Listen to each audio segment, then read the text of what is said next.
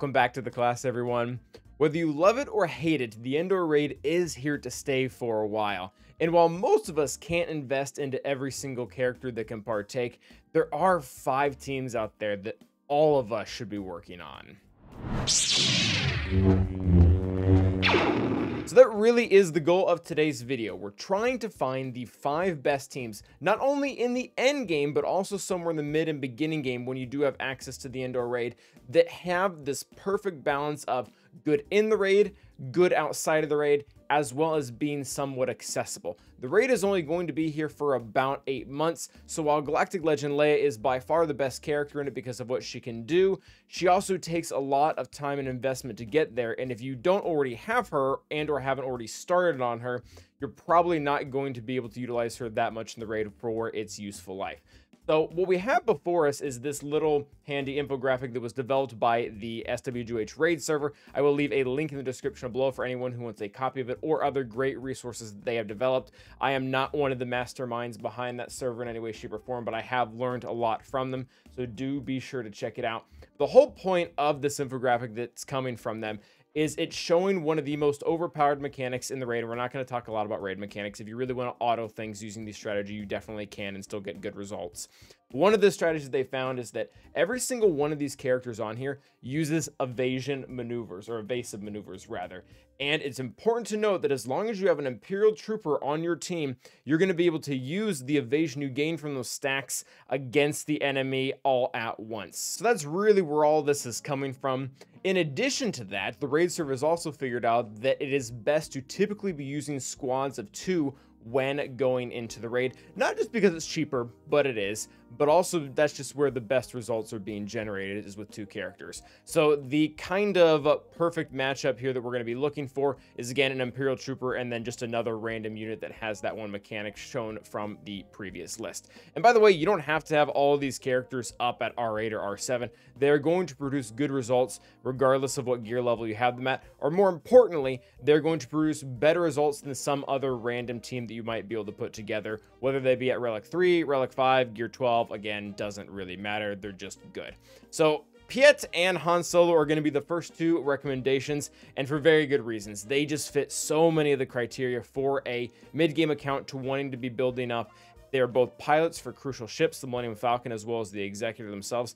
They're both required for Galactic Legends. 2 in Han Solo's case, kind of 2 in Piet's case, and they're also cornerstones to very strong teams out there, and quite frankly, teams that are going to work slightly under geared and be able to punch up against larger stuff.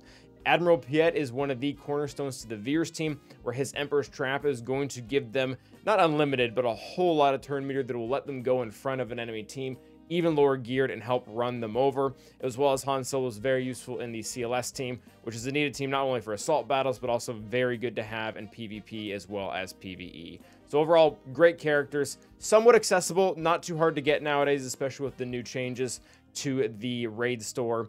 But on top of that, they're just good in the raid. Next up is going to be Iden and 3PO. Again, what appears to be a very weird pairing, but is going to have very solid synergy, specifically because Iden's Imperial Trooper, and they both have the evasion mechanic in the raid. But on top of that, Iden, she is just good pretty much wherever you are at in the game, as long as you have access to a bunch of crappy troopers like Magma, Snow, and Shore. I guess Shore's not that crappy, but as long as you have access to those level of troopers, or maybe Death or Range or whoever, you can build a really good team. Even if they're only at Gear 12 or below, using her GAC Omicron, they're able to punch up against some really high level stuff. And if you're, and this is more end game, but even if you're at the end game, her defendership is one of the most important things in the off meta right now, being able to take on both the Executor as well as the Leviathan, 2 of the most deadly ships that we're having to deal with right now on defense.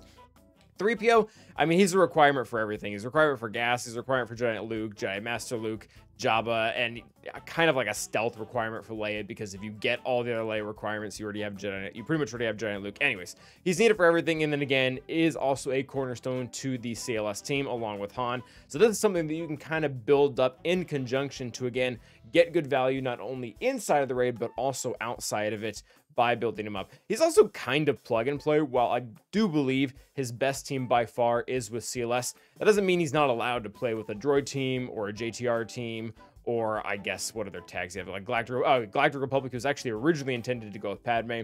There's a lot of places that he can go and is very flexible. So even if you work on him outside of the rest of the CLS team, you're going to find somewhere to use him. And then, of course, as always, he is very good in the raid on top of that. Next up is going to be our good friends Moff Gideon and Akbar. Now, Moff Gideon has a lot of viability, specifically in PvP, just because you can use him in like 5 different teams, all to great effect, whether it be with Padme or with actual Imperial Troopers or Empire characters. He does a lot of great things. And on top of that, you typically don't need to take him that high gear-wise because he's a support character, and really he's just going to stay behind the scenes, which makes him pair really well with another support character, Admiral Akbar, who for a lot of people is mostly just a pilot for the Home 1 fleet before you get profundity.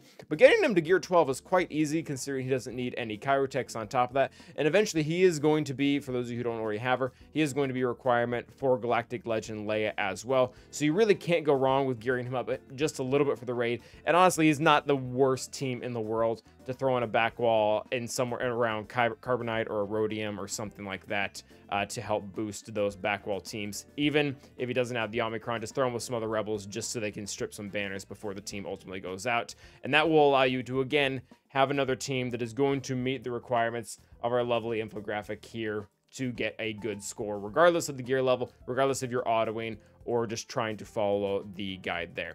Next up is going to be Hera as well as Range Trooper. I really do love this pairing, not because they're good with each other on ground, because they're not, there's no synergy there at all, but because Hera actually has a lot of new viability with the introduction of Captain Rex. And on top of that, she's also needed at Relic 5 for profundity. So if you start working on her now, that gear isn't necessarily in vain or wasted or just specifically for the raid. You're gonna see dividends on that investment later on. Again, even if it's only gear 12 or Relic 1, she doesn't have to go right to Relic 5 for the raid, but you can get some stuff out of her there. And again, going back to Troopers, if we're already working on Piet, we're already working on Gideon, we do also want to be working on Range in addition to that, because he's really the most ideal for, probably 5th Trooper on the Imperial Trooper team. Can't really take out Dark there, because of this unique ability where he has a 50% chance to call another buffed Imperial Trooper ally to assist when they use an ability during their turn. This kind of on the surface looks not that good. Sure, assisting is nice, but really when you use that in conjunction with Piet's Emperor's Trap, that's not only going to just be generating more damage, but it's going to be generating more of the buff, which is more offense and potency. But on top of that, it's also more turn meter, because that's how Veer's lead works. Whenever you get buffs, you also get turn meter. So you use this pair again because they meet all of our fun criteria from before, and then you use them to great effect, not only in fleet with Hera and as well as with Krex, but Range does a lot of things on the Imperial Trooper team. Last and definitely least is going to be Veers and Krex. So if we go back to our previously mentioned infographic, you will see that neither of these characters are listed on here, and they really do not meet the requirements to be good in the raid. They are still somewhat decent, you can still use them, but really the reason they're here is because they're able to enter into the raid, and you want to have them if you're gearing up every other character that we previously talked about. Hera on the ground is quite honestly pretty useless without Krex, so if you're gearing up her for the raid, you might as well do Krex as well, so you can get a little bit extra points and actually make that team matter when it comes to the ground. And Veers is the exact same reasoning. If you're gearing up Range, if you're gearing up Gideon, if you're gearing up Piet, I guess you could even kind of throw Iden in there too, you're gonna want to have Veers on top of that because he's the leader. He's the one that makes that squad what it is after you apply the effects of Piet, Range, Gideon, Dark, whoever else it is. So they're allowed to go into the raid. They themselves aren't very great, but you should be working on them because, again, they're accessible, they're good outside of the raid, and they can be used within the raid as well as with all these other characters. So hopefully something was learned. Thank you guys for watching. Until the next time, stay awesome.